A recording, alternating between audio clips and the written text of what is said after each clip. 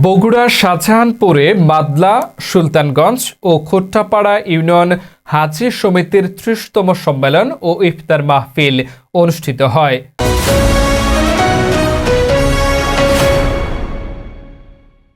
উক্ত ইফতার মাহফিলে প্রধান অতিথি হিসেবে বক্তব্য রাখেন বগুড়া ৭ গাবতলী শাহজাহানপুর আসনের সংসদ সদস্য জনাব মোহাম্মদ মোর্শেদ মিল্টন। এই হাজি সমিতির সম্মানিত সাধারণ সম্পাদক, উপস্থিত থানা বিএনপির সুযোগ্য সভাপতি এনামুল হক শাহীন। তথ্যচিত্রে বগুড়া শাহজাহানপুর থেকে মোহাম্মদ রেজওয়ানুল হক শাহীন এর রিপোর্টে।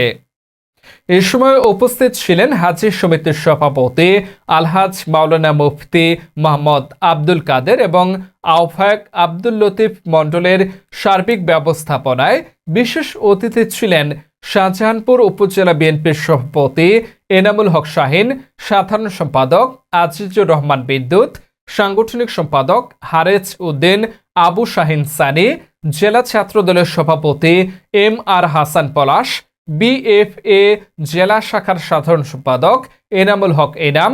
সংসদ নির্বাচনে আমাকে বগুড়া ৭ থেকে আপনারা ইনশাআল্লাহ বিপুল ভোটে নির্বাচিত করেছেন। অত্যন্ত শ্রদ্ধেয়, আমি হজ করি নাই, আমি ২বার উমরায় গিয়েছিলাম আপনাদের দোয়ায় ভালোবাসায়। তো আপনারা হজ করেছেন, আল্লাহর ঘর ইনশাআল্লাহ হতে এসেছেন এবং যে সমস্ত কোরআন হাদিসে যে সমস্ত বক্তব্য আছে সেগুলো আপনারা পালন করে এসেছেন।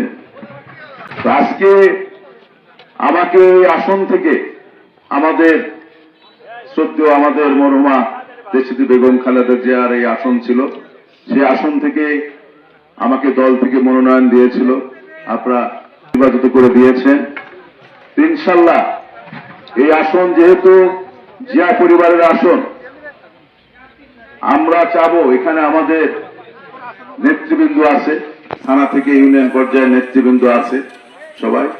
তো আপনাদের সহায়তায় আমি যেন ইনশাআল্লাহ এলাকায় কাজ করতে পারি, পাশাপাশি উন্নয়ন করতে পারি এবং এই জিয়া পরিবারের সম্মান যেন আমি ধরে রাখতে পারি, তার এই আসন যেন আমি তার প্রতিচ্ছবি হিসেবে কাজ করতে পারি।